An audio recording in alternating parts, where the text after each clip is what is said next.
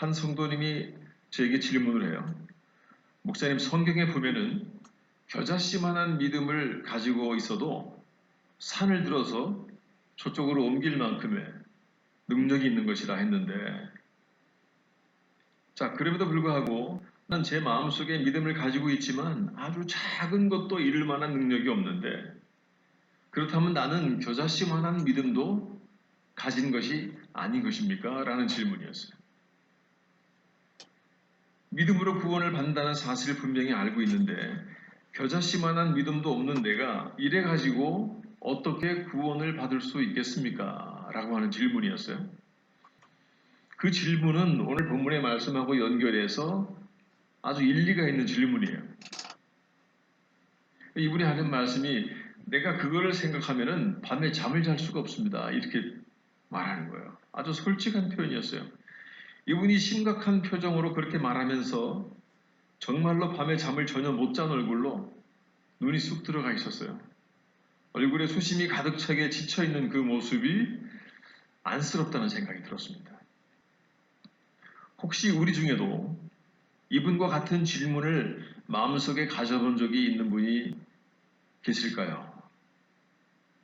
꼭 정확하게 이와 같은 질문이 아니더라도요. 많은 성도들이 이렇게 생각합니다. 내가 이 정도의 믿음을 가지고 천국을 갈 수 있을까? 아주 기본적인 질문이지만 이 부분에 대해서 확실하게 말하는 분도 있지만은 확실하게 말하지 못하는 분들이 의외로 많아요. 자, 그 원인이 어디에 있냐면요. 우리가 가진 믿음에 대해서 본인이 좀 더 정확하게 이해하고 있지 못하기 때문입니다. 우리 17장 20절의 말씀, 마태복음 17장 20절의 말씀 다시 한번 볼까요?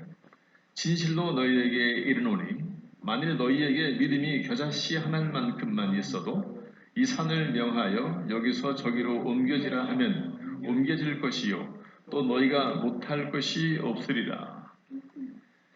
여러분, 우리는 아주 작은 것도 잘 못할 것 같은데 이 겨자씨만한 믿음만 있어도 이 산을 들어서 저쪽으로 옮긴다고 그렇게 말씀하셔요. 자, 그러면 내가 과연 가지고 있는 믿음이 여기서 말씀하시는 겨자씨만한 믿음도 못 된다는 것이라는 하는 의심은 아주 당연하게 우리 마음속에 드는 겁니다. 여러분, 겨자씨가 어떤 씨앗이냐면요. 씨앗 중에서 가장 작은 겨자씨예요. 그렇게 작습니다. 그 씨가 조그마한 씨앗을 맺다가 나중에 이렇게 큰 나무가 돼요. 하나님께서, 예수님께서 말씀을 전하실 때에 이 겨자씨의 비유를 들었던 이유는요. 이 겨자씨는 씨 중에서 가장 작은 것이고 그 다음 나중에 정확하게 자라면은 가장 큰 나무이기 때문에 이 정확하게 겨자씨라고 하는 나무의 특성을 이용해서 지금 우리가 구원받는 그 믿음에 대해서 설명해주고 있는 겁니다. 마음속에 이렇게 작은 겨자씨만한 믿음을 하나님께서 우리 속에 심어 놓으셨어요. 그런데 이 겨자씨만한 믿음은요, 보통 사람들이 심어 놓은 씨앗과는 달리 엄청난 파워가 있어요. 씨는 작지만 눈에 보이지 않을 만큼 작은 씨앗이지만요, 이 씨앗은 천지 만물을 만드신 창조하신 하나님이 우리 속에 심어준 것이기 때문에 이 씨의 사이즈하고 관계없이 그 씨 속에는 한 사람의 생명이 이 지구 땅덩어리에서 천국으로 옮겨지게 할 만큼의 엄청난 파워가 그 속에 들어있는 거예요. 성경에는 한 명이 천하보다 귀하다고 표현하고 있어요. 자, 천하보다 더 큰 인간의 생명이 이 겨자씨만한 믿음에 의해서 이 지구 땅덩어리에서 천국으로 옮겨질 수 있다는 것을 말하고 있는 겁니다. 우리가 믿음이 있다고 해서 뭔가 큰 슈퍼내추럴한 파워를 이용해서 저쪽에 있는 걸 막 이쪽으로 옮기고 뭐 그런 것이 아니라 천하보다 더 큰 인간의 생명이 이 하나님이 심어놓은 겨자씨만한 믿음을 통해서 그 속에 있는 하나님의 파워와 하나님의 능력을 인해서 그 겨자씨의 크기의 사이즈에 관계없이 그 겨자씨만한 믿음만 내 속에 심어놓아도 나라고 하는 인생을 하나님은 이 땅에서 저 천국으로 옮겨 놓으실 만큼의 그 엄청난 힘을 그 겨자씨 하나에다가 심어 놓으실 수 있다는 거예요. 이 작은 씨앗의 이름이 하나님께서 내 마음속에 심어 놓으신 믿음이라고 하는 씨앗이에요. 믿음. 이 겨자씨만한 믿음이 있어도 그 믿음이 나를 천국으로 옮겨 놓을 만큼의 엄청난 힘을 가지고 있다는 것을 예수님께서 말씀해 주고 있는 겁니다. 그래서 내가 가지고 있는 믿음이 너무 작은 것 때문에 내가 천국 갈 것을 의심하는 자들에게 하나님께서 가장 작은 씨앗을 말씀해 주면서 그 씨앗, 그 작은 씨앗만 가지고도 우리가 천국에 갈 수 있음을 예수님께서 말씀해 주고 싶은 거예요. 하필이면 씨앗을 비유해서 우리의 믿음을 비유했을까? 여러분, 씨앗은 자라나야 한다는 특성이 있습니다. 하나님께서 우리 가운데 심어 놓으신 믿음의 씨앗만으로 우리는 충분히 천국을 갈 수 있지만 그것이 비록 겨자씨만큼 아주 작은 사이즈라 할지라도 죽어가는 사람을 천국으로 옮길 만큼의 능력이 있지만은요. 그러나 우리는 그 겨자씨만한 믿음 그 상태만을 가지고서 이 땅에서 우리가 만날 여러 가지 크고 작은 문제들을 다 감당해낼 수는 없는 거예요. 자, 그런데 겨자씨만한 믿음만 있어도 그것이 하나님이 심어 놓으신 믿음이기 때문에 우리를 천국으로 옮겨 놓을 수 있다 그랬어요. 자, 그러면 겨자씨만한 그 믿음을 가지고 천국 간 사람이 성경에 있죠. 누구죠? 예수님께서 십자가에 죽으실 때에 우편 강도. 그는 순간적으로 하나님께서 그 마음속에 겨자씨만한 믿음을 심어주셨어요. 예수님께서. 그래서 그는 그 믿음을 가지고 그날 예수님과 함께 낙원으로 이 땅에서 저 천국으로 옮겨지는 놀라운 역사를 경험합니다. 자, 그런데 하나님께서 믿음을 우리 속에 심어줬을 때는요, 그 믿음을 가지고 천국을 가는 것만을 목적으로 믿음을 주신 게 아니에요. 우리가 한평생을 살아가는 동안에 믿음으로 이겨내야 수많은 상황들이 있습니다.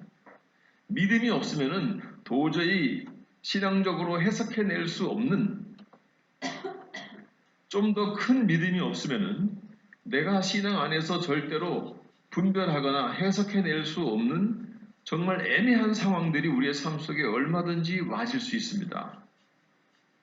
내 믿음이 자라나지 않고는요, 절대로 감당하지 못할 일들이 얼마든지 내 삶 속에 나타날 수 있기 때문에 내 마음의 믿음의 나무가 충분하게 자라지 않고 그러지 않고는 도무지 이해할 수 없는 상황들이 많이 있기 때문에 믿음은 반드시 자라야만 됩니다. 내가 경험하는 상황들과 난감하게 만나게 되는 문제들을 신앙적으로 이해하고 영적으로 분명하게 해석해내기 위해서는요, 그만큼 필요한 믿음의 분량이 채워지고 믿음이 자라나야 그 자라난 믿음이 나를 그 상황 속에서 지켜내 줄 수 있기 때문에 우리의 믿음은 자라야만 합니다. 물론 내 마음속에 나를 이 땅에서 저 천국으로 옮길 만한 믿음의 씨앗이 심어진 것은 그것 씨앗을 심는 것은 하나님의 일이에요. 그리고 그 씨앗이 자라는 데 필요한 영양분을 우리에게 공급해 주시는 분도 하나님의 몫입니다. 그런데 그 영양분을 준비하신 분은 하나님이시지만은요, 그 영양분을 그 씨앗 위에 계속 뿌리는 책임은 우리에게 있는 거예요. 그게 무슨 말일까요? 하나님께서 우리 속에 심어 놓으신 믿음의 씨앗이, 이제 구원의 씨앗이 자라야만 하는데, 그래야 우리가 세상을 살면서 넘어지지 않고 감당해낼 일들을 다 감당할 수 있는 것인데, 그렇다면은 그 씨앗이 먹고 나무로 성장하는 데 필요한 수많은 영양분을 하나님은 어디에다 담으셨냐면은 성경이라고 하는 그 영양통 속에 담아 놓으셨어요. 자, 그러면 우리는 성경 속에서요, 그 영양분을 가져다가 그 씨앗 위에다가 뿌려줘야 됩니다. 그것을 뿌리는 책임은 우리에게 있는 거예요. 그럼 우리들이 그 영양분 비료들을 가져다가 그 내 마음속에 심겨진 씨앗에 항상 물을 주듯이 뿌려야 되는데 우리들이 가진 그 믿음이라는 씨앗은요, 성경에 있는 온갖 영양분을 통해서만이 자라나고 성장할 수 있어요. 이것이 우리들이 성경 말씀을 듣고 묵상하는 한 가지의 이유입니다. 여러분, 성경 속에는 많은 사건들이 있어요. 그 사건들이라고 하는 영양분 속에 하나님은 당신의 마음을 심어 놓으셨어요. 그 사건 속에 숨어 있는 하나님의 의도와 하나님의 마음을 우리는 진리라고 표현합니다. 다시 말해서 우리의 믿음의 씨앗이 먹어야 되는 영양분의 이름이 진리인 거예요. 그래서 우리는 그 말씀, 그 영양분을 진리의 말씀이라고 말하는 거죠. 그래서 우리는 생명의 떡, 생명의 양식이라고 말합니다. 그리고 우리는 성경 속에도 수많은 인물들이 있는데 그 인물들 사건을 통해서 그 인물의 위대함을 하나님이 우리에게 보여주고 싶은 것이 아니라 그 인물이 경험하는 일들을 통해서 하나님이 당신의 마음을 심어 놓아서 그 인물 속에 숨어 놓은 그 구원의 씨앗이 자라야 될 영양분이 하나님의 마음인데 그 우리가 찾아내서 그 영양분을 우리의 구원의 씨앗 위에 뿌려줘야 됩니다. 그때마다 우리 속에 하나님이 심어놓은 믿음의 씨앗은 조금씩 자라는 거죠. 자, 조금씩 자라면서 그 씨앗은 저렇게 큰 나무가 되어야 돼요. 그 나무가 되면은 내 주변에서 신앙이 있지만 지치고 힘들어서 감당하지 못해서 아직 작은 신앙의 분량 때문에 본인이 당한 어떤 일들을 감당해내지 못하고 본인의 상황을 영적으로 해석해내지 못하고 지쳐있는, 넘어질 수밖에 없는 그런 사람들이 내 나무 그늘 위에 아래 와서 쉴 수 있는 거예요. 나라고 하는 믿음의 씨앗이, 작은 믿음의 씨앗이, 내 속에 있는 믿음의 씨앗이 그렇게 영양분을 계속 받고 하나님의 마음과 진리를 통하여서 계속 듣고 또 듣고 자라면서 저렇게 큰 나무와 거목이 되었을 때에 우리는 다른 사람들에게 영향을 줄 수 있고 그들의 신앙을 지켜줄 수 있는 그늘을 내가 만들 수 있는 겁니다. 내 신앙 하나를 처음에는 감당하지 못해서 흔들리고 센 바람이 불면은요, 저 작은 새싹은 큰 바람이 불면은 금방 넘어져요. 그러나 말씀의 영양분을 계속 받으면서 하나님의 의도와 하나님의 진리가 계속 내 속에 차여지고 믿음이 자라면서 나는 어느 사이에 저렇게 큰 거목이 됩니다. 그러면서 이제는 나 자신의 신앙뿐만 아니라 다른 사람의 지친 신앙이 나를 통하여서 쉼을 얻게 되는 그 정도의 자리까지 가는 거죠. 그래서 히브리서 11장을 보면은요, 거기에 신앙의 거목들이 우리가 그 그늘 아래서 우리의 신앙의 힘을 얻을 만큼의 신앙의 거목들이 아브라함, 모세, 야곱, 엘리야, 다니엘이라고 하는 믿음의 거목들이 소개되는 거예요. 그래서 우리가 힘들고 어려울 때마다 신앙 속에서 지칠 때마다 그 거목들 아래에 있는 그늘로 찾아가서 우리의 신앙의 힘을 다시 얻는 것입니다. 그래서 우리가 말씀을 통해서 엘리야도 만나고 아브라함도 만나고 요셉도 만나고 모세도 만나는 겁니다. 그래서 그런 그 인물들 우리는 신앙의 거목이다, 신앙의 거장이다 이렇게 표현하죠. 여러분, 시간이 지나면서 온갖 풍파와 역경 속에서 그들을 향하신 하나님의 마음과 하나님의 뜻을 그들이 깨달을 때마다 그들은 믿음이 자라고 믿음이 자라서 신앙의 거목이 되었어요. 그래서 그들의 후배 신앙인들에게 모든 자손들에게 그들은 우리가 거기서 새로운 힘을 얻을 만큼의 우리가 쉴 만큼의 그늘을 그들은 만들어줄 수가 있었던 것입니다. 그것이 우리가 성경을 통해서 신앙의 거목들을 하나님이 만나게 하시는 목적인 것이죠. 자, 여기에서 우리는 믿음 나무에 적용되는 몇 가지의 원리를 좀 생각해야 돼요. 그 첫 번째 원리가 뭐냐면은 믿음이라고 하는 것은요, 다이아몬드의 원리와 비슷합니다. 무슨 말인가 하면은 우리 속에 하나님께서 심어주신 믿음의 씨앗은 다이아몬드의 속성과 비슷해요. 다시 말해서 물질 세계 속에서 하나님이 만들어 놓은 많은 물질 세계 속에서 가장 가치를 인정받는 한 물질이 영적인 세계 속에서 가장 가치를 인정받는 믿음이라고 하는 것과 그 속성이 똑같다는 것입니다. 그래서 영적인 다이아몬드가 믿음이지요. 여러분, 다이아몬드가 세상에서 그 가치를 워낙 높이 인정받다 보니까 여기저기에서 가짜 다이아몬드들이 판을 치기 시작하는 거예요. 그래서 웬만한 사람의 식견을 가지고는요, 이게 진짜인지 가짜인지를 분간해낼 수가 없는 거예요. 그래서 속을 수가 있는 것입니다. 내가 정말 진짜 다이아몬드를 가지고 있는 것처럼 속을 수도 있는 거예요. 믿음도 마찬가지입니다. 믿음이라고 하는 것이 신앙생활 속에서 가장 가치가 있는 것이다 보니까 사단이 그 믿음을 혼탁스럽게 만들어요. 그래서 가짜 믿음을 자꾸 만들어서 가짜 믿음을 우리 속에 가지게 해서 내가 정말 진짜 믿음을 가진 것처럼 오해하게 만들어요. 수많은 이단들을 만들어서 그들이 진짜 믿음을 가지고 있는 것처럼 오해하게 만들어서 그 속에서 결국에는 패망의 길로 그들을 걸어가게 만듭니다.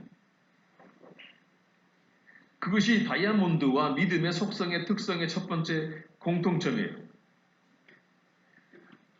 여러분, 다이아몬드의 특징이요. 처음에는 비록 나중에는 엄청나게 가치가 있는 다이아몬드이지만요. 그 다이아몬드가 되기 전까지는 처음에는 마치 우리가 초등학교 때 썼던 연필심처럼 흑연 같은 그 탄소의 그냥 동소체에 불과했어요. 처음에는 의외로 아주 가치 없는 물질이었습니다. 아주 하찮아 보이는 물질이었어요. 그러나 나중에 그 재료들이 진짜 다이아몬드가 되는 과정을 통해서요. 같이 한번 그들이 다이아몬드가 되는 과정을 간단하게 한번 보겠습니다. 같이 읽어볼까요? 처음에는 하찮아 보이던 물질이 궁극의 다이아몬드로 나타나기까지 그 물질은 지구 표면 상당히 깊은 곳에서 높은 기압과 비교적 낮은 온도에서 온갖 고통스러운 과정을 거친다. 이들이 나중에 화산 폭발로 인해 표면 밖으로 나오게 되면 그 후에 수천 년의 세월 동안에 물과 바람에 의해 계속해서 시달리게 되고 또다시 땅 깊숙이 파묻혀서 그 자취를 바라는 물질로 변화되어 간다. 그렇게 저 깊은 곳에 숨겨져 있던 다이아몬드는 그 채굴 과정부터가 매우 복잡하고 어려운 작업을 필요로 한다. 결혼 반지로 사용되는 한 캐럿의 다이아몬드를 얻기 위해서는 250톤의 재료들을 채굴하여 오랜 시간 동안 그 전체를 걸러내어야 하는 과정을 거쳐야만 한다. 그 후에 그 다이아몬드는 그 가치를 인정받는 파워를 보이기 시작한다. 여러분, 다이아몬드가 처음에는 하찮은 것처럼 보이지만은 나중에는 그것이 엄청난 파워를 발휘하는 것처럼요. 우리의 믿음도 처음에는 그렇게 하찮은 것처럼 보여요. 여러분, 너무나 믿음이라고 하는 것이 흔하게 보이잖아요. 여기저기에 믿는 사람들이에요. 그러다 보니까 그냥 흔히 있는 믿음이지 뭐. 우린 그 정도로밖에 생각하지 않습니다. 처음에는 우리 속에 심겨진 믿음이 인간들이 가진 흔하디 흔한 신앙심처럼, 다시 말해서 세상에서 그냥 흔한 연필심처럼, 하나의 탄소 덩어리처럼 그렇게 취급받지만은요, 그 믿음의 내용이 영적인 파워를 발휘하기 위해서 그 믿음은 온갖 과정을 거쳐서 단련되는 과정을 통해서요, 정말로 가치를 발휘하는 한순간을 맞이하게 되는 거예요. 다른 사람의 믿음, 다른 사람의 패망을 끌어주는 큰 위대한 힘으로 발휘하기도 되고, 내가 죽는 그 순간에 나를 이 땅에서 영원한 저천국으로 옮겨줄 만한 엄청난 힘을 발휘하기도 하고, 어떤 경우에는 수많은 사람들에게 삶을 살려주는 아주 큰 힘을 발휘하기도 합니다. 이렇게 겨자씨만한 믿음의 씨앗을 받아서 조금씩 자라나기 시작한 믿음은 새싹은요, 시간이 지나면서 말씀의 비료를 먹고 성령의 도우심으로 믿음의 커다란 나무가 되어서요, 하나둘 성령의 열매가 그 나무에 달리는 거예요. 믿음이라고 하는 것은 하나님께서 수천 년의 역사 속에서 우리에게 단련시켜서 예수 그리스도로 가는 결정체를 통해서 십자가에 깎여지고 죽으시는, 그리고 저 땅속 깊숙이 묻히시는 그 과정을 통해서 다이아몬드처럼 보석처럼 그렇게 만들어진 그 믿음의 결정체는 바로 그것이 겨자씨만한 믿음이라 할지라도 우리 마음속에 심겨진 그 믿음은요, 엄청난 파워를 발휘하는 것입니다. 그러나 그것은 웬만한 사람들은 그 믿음이 얼마나 귀한지를 식별해내지를 못하는 거예요. 또 여기서 우리가 그 다음에 질문이 있습니다. 우리가 쌀농사를 짓던 벼농사를 짓던 아니면 다른 식물의 씨앗도요, 먼저 씨앗을 쭉 자라게 만드는 모판이 있잖아요. 그런 다음에 거기서 새싹이 나면은 그 새싹을 우리가 원하는 자리에다가 옮겨 심는 것입니다. 이 부분이 굉장히 중요해요. 믿음에 대한 설명에서 아주 작은 모종을 모판에 놓고 이 작은 새싹들을 각각의 자리로 옮겨 심는 건데, 자, 그렇다면 우리 속에 심겨진 믿음의 새싹은 처음에 어떤 모판에서 자라다가 우리에게 옮겨지는 것일까요? 이게 믿음에 대한 설명에서 굉장히 중요한 부분이에요. 결국 우리 속에 있는 그 믿음의 그 시작점, 그 믿음이 어디로부터 자라서 시작됐는지, 어디로부터 나에게 옮겨 심어져 왔는지, 그것이 중요합니다. 믿음의 새싹이 자라서 이제 이것이 정확한 다른 위치에 옮겨집니다. 자, 그러면은 히브리서 12장 2절을 같이 한번 보실까요? 믿음의 주요 또 온전케 하시는 이인 예수를 바라보자. 저는 그 앞에 있는 즐거움을 위하여 십자가를 참으사 부끄러움을 개의치 아니하시더니 하나님 보좌 우편에 앉으셨느니라. 여기서 믿음의 주요 할 때 주라고 하는 단어는요, 헬라어 원문에 알케고스라고 하는 단어인데 이것은 창시자, 시작자라는 뜻입니다. 그래서 믿음의 주 예수라고 하는 말은요, 정확하게 풀면은 예수님께서 그 믿음을 만드시고 믿음을 시작하시고 그 믿음의 모든 과정을 지배하시고 궁극에는 책임지고 완성하시는 분이라는 뜻이에요. 그냥 우리는 성경 말씀, 개역 성경을 통해서 믿음의 주요, 그러니까 그 말 속에 들어있는 정확한 의미를 찾아내지를 못한 거예요. 그럼 우리 속에 심겨진 믿음이라고 하는 새싹은 예수 그리스도라고 하는 모판에서 싹을 터서 우리에게로 옮겨 심겨진 거예요. 그러니까 그 믿음 자체가 원래는 내 것이 아니고 예수 그리스도의 것입니다. 그렇기 때문에 그 믿음이 아주 겨자씨만큼 작은 믿음이라 할지라도 그것은 내 믿음이 아니기 때문에 우리는 흔히 내가 가진 믿음이라고 표현하잖아요. 쉽게 표현해서. 내가 가진 작은 믿음 이렇게 표현하기 때문에 그것을 우리는 내 믿음이라고 생각을 해요. 그러니까 내가 가진 믿음을 가지고 내가 천국 갈 수 있을까? 이렇게 의심하는 거예요. 그러나 내가 가지고 있는 이 믿음 자체가 원래 내 믿음이 아니고 예수 그리스도의라고 하는 모판에서 심겨진 새싹으로 그것이 나에게 옮겨진 것입니다. 그게 어떤 트랜스플랜트인 거예요. 그것이 성경이 정확하게 말하는 믿음의 실체인 겁니다. 우리가 영어 성경을 보면요, The author and perfecter of our faith.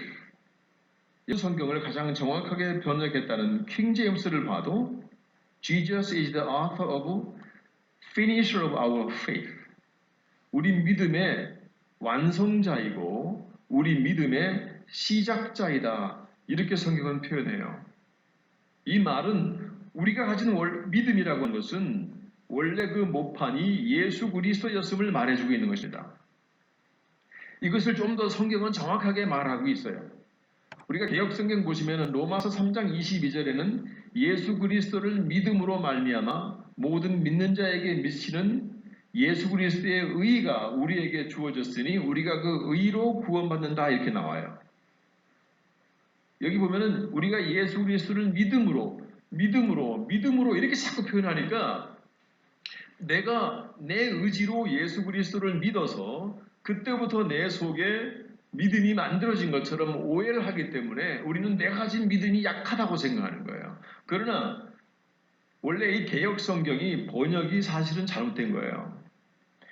헬라어 원문을 우리가 일일이 볼 필요는 없고 이것을 좀 더 정확하게 번역한 킹 제임스 버전을 통해서 보면은요.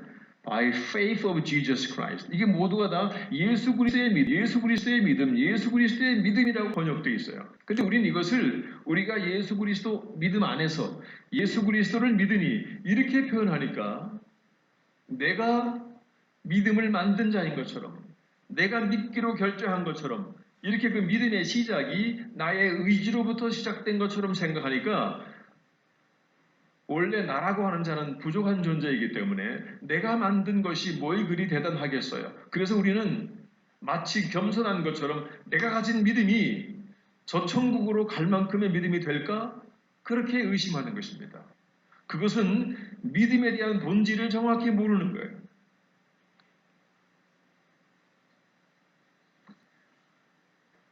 우리가 가진 믿음은 아주 작은 새싹이고 겨자씨만한 믿음이라 할지라도 예수 그리스도 안에서 그 싹을 틔워서 그분이 모판에서 자라다가 그것이 우리 속에 성령을 통하여서 심기진 거예요. 그래서 성령은 믿음에는 하나님의 은혜가 있잖아요. 그래서 우리는 믿음을 값없이 받은 선물이라 이렇게 말해요. 그래서 우리는 하나님의 은혜로 받은 믿음이다. 이라고 하는 것은 그 은혜의 특징이 뭐냐면은 받을 자격이 없는 자가 받은 것을 은혜라 그러거든요. 그래서 우리는 믿음에 대해서 하나님의 은혜라 그러고 믿음은 하나님의 은혜이고 그러나 우리는 하나님의 은혜로 받았지만은요 그 믿음을 자라나게 할 책임이 우리 가운데 있는 거예요. 그래서 믿음에는 은혜가 있고 책임이 있는 겁니다. 그런데 그 책임, 우리 은혜를 자라게 하는 하나님의 믿음의 씨앗 그분이 나에게 심어준 믿음의 씨앗을 자라게 하는 영양분은 하나님의 말씀인 거예요. 그 속에 있는 하나님의 마음, 성경에 있는 문자들 내용 자체가 아니라 솔로몬의 재판이라고 하는 사건, 그 사건 자체가 아니라 솔로몬의 재판 속에 심어놓은 하나님의 의도와 하나님의 마음이 진리인 거예요. 그것만이 우리의 믿음을 자라게 할 수 있는 영양분이 될 수 있는 겁니다. 그렇기 때문에 우리는 말씀을 통해서 묵상을 통해서 그 속에 있는 하나님의 마음을 찾아내야 되는 거예요. 그것은 우리의 책임인 것입니다. 우리 속에 믿음을 시작하신 분도 예수 그리스도이시고 그 믿음을 궁극에는 완성시키시는 분도 우리 하나님이시고 예수님이시고 성령이신 겁니다. 다시 말해서 믿음은 하나님이신 우리 예수님의 것이라는 사실을 분명하게 알아야 돼요. 그 믿음 자체가 내 것이라고 생각하면 그건 큰 오해입니다. 그거는 겸손한 것이 아니라 나의 이 작은 믿음이 이렇게 말했을 때에 우린 물론 그렇게 말할 수도 있어요. 그리고 하나님께 하나님 나의 이 작은 믿음을 자라게 해주십시오. 이렇게 기도할 수도 있습니다. 그러나 무조건 그렇게 기도한다고 믿음이 쑥쑥 자라는 것이 아니라 내가 그 믿음을 자라게 하기 위해서 말씀의 그 진리의 말씀을 자꾸 먹고 받아들이고 내 속에 자꾸 뿌려야 되는 거예요. 귀를 열어서 그 말씀이 자랄 수 있도록. 그렇기 때문에 말씀 속에서 정확한 하나님의 마음과 진리의 영양분을 받아들이지 않고 그냥 성경의 내용을 지식으로 받는 자들은요. 왠지 신앙이 좋은 것 같지만은 절대 믿음이 자라지 않습니다.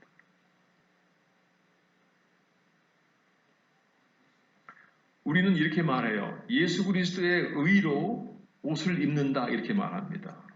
내가 입은 옷은 추한 옷이기 때문에 이 옷을 입고는 내가 하나님의 나라에 갈 수가 없기 때문에 우리가 예수 그리스도라고 하는 이름으로 예수 그리스도의 의를 덧입는다. 그것은 그때 예수 그리스도의 의는 바로 그 믿음을 말하는 거예요. 그래 우리는 예수 그리스도의 의라고 하는 표현은 어색하는데 예수 그리스도의 믿음이라고 하는 표현은 어색하게 생각해요. 그게 우리 인간의 우리 언어의 약점입니다. 특히 우리 한국말에.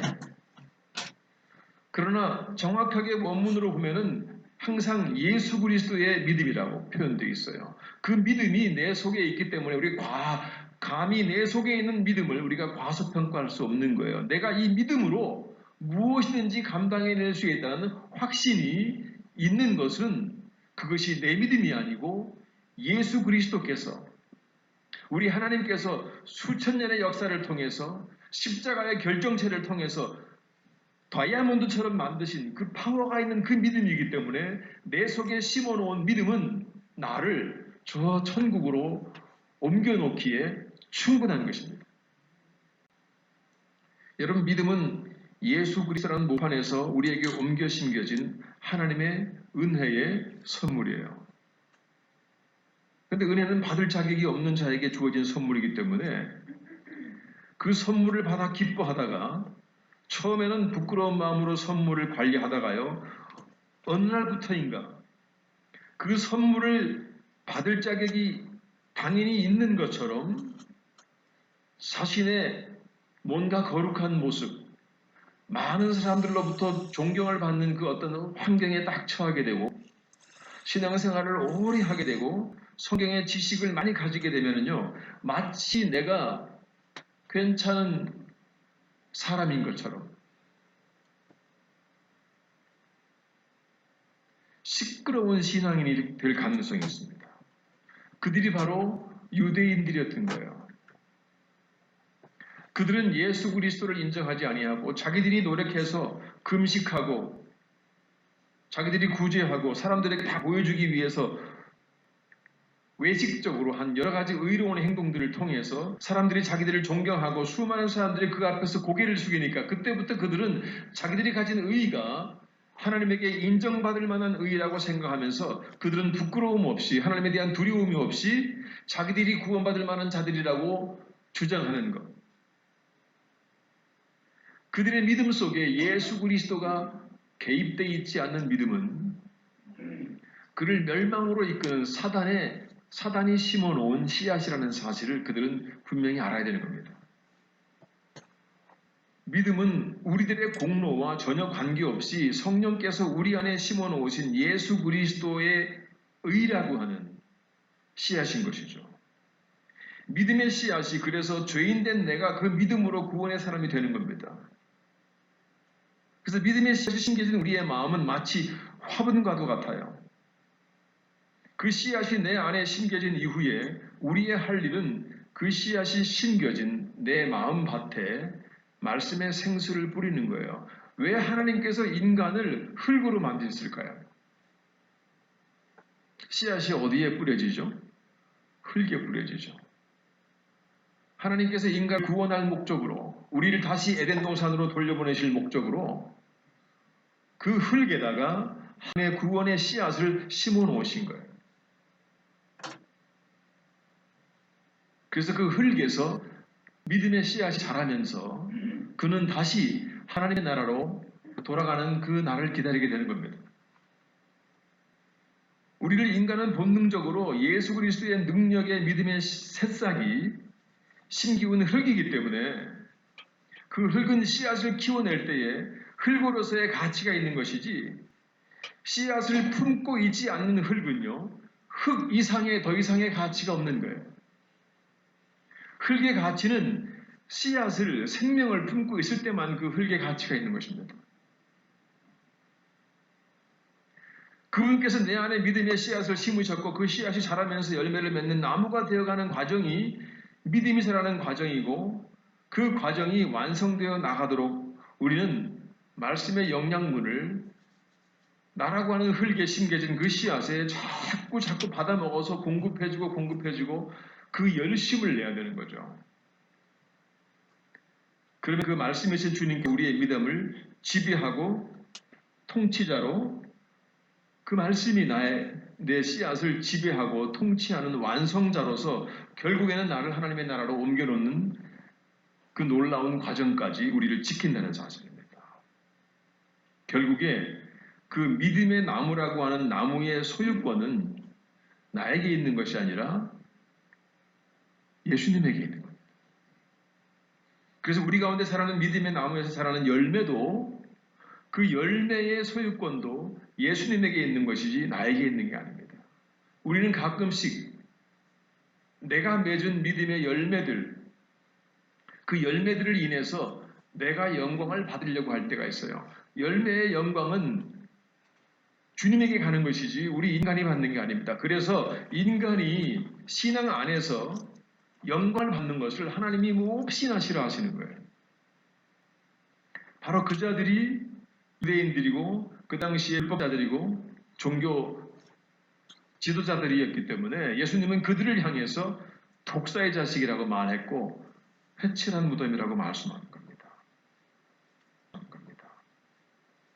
여러분, 새로운 한 해를 맞이하면서 그 시간의 주인이신 주님께서 우리 속에 믿음을 시작하셨고 그 믿음을 완성하실 분이시고 우리가 그 말씀을 통해서 계속 영양분을 받아서 그 믿음이 자라면서 그 믿음을 통해서 우리 신앙인들이 겪게 될 여러 가지 2020년도의 여러 가지 일들을 감당해낼 수 있는 힘으로 그 믿음과 함께 하나님이 하실 것입니다. 그래서 우리가 흔들리지 않을 것이고 두려워하지 않을 것이고 그 어떤 상황을 만나도 믿음으로 극복해낼 만한 그러한 하나님의 사람으로 매 순간을 살게 될 것입니다. 우리와 그렇게 동행하실 하나님께 우리 영광 돌리면서 찬송 드리겠습니다. 여러분, 찬송하기 전에요. 제가 오늘은 말씀을 맺으면서 다음 시간에 전할 말씀에 대한 제가 숙제를 하나 좀 드려야 됩니다. 뭐냐면은 누가복음 16장 1절에서 13절까지의 말씀을 보시면요. 불의한 청직이라는 예수님의 비유가 나와요. 누가복음 16장 1절에서 13절 말씀까지 보시면은 불의한 청직이라는 비유가 나옵니다. 성경의 비유 중에서요. 가장 어려워서 읽으면은 절대로 이해가 가지 않는 비유예요. 한번 읽어보셔요. 도대체가 이해가 가지 않을 겁니다. 뭐 씨 뿌리는 비유나 탕자의 비유나 다른 비유들은요. 그래도 대충 느낌은 오는데 이 불의한 청지기의 비유는요. 가장 어려운 비유라서 그냥 읽으면은 절대로 이해가 가지 않습니다. 이 비유 속에서 하나님의 마음을 건질 건데 여러분들이 이 비유를 좀 미리 읽어보셔야 돼요. 한번 묵상을 해보세요. 그래서 제가 한 묵상과 여러분의 묵상이 어떻게 만나는지를 그런 어떤 기대감도 있어야 좋지 않겠습니까? 말씀은 사모하는 자에게 하나님이 은혜로 주신다 그랬어요. 예. 우리 찬송가 하나님께 드리겠습니다.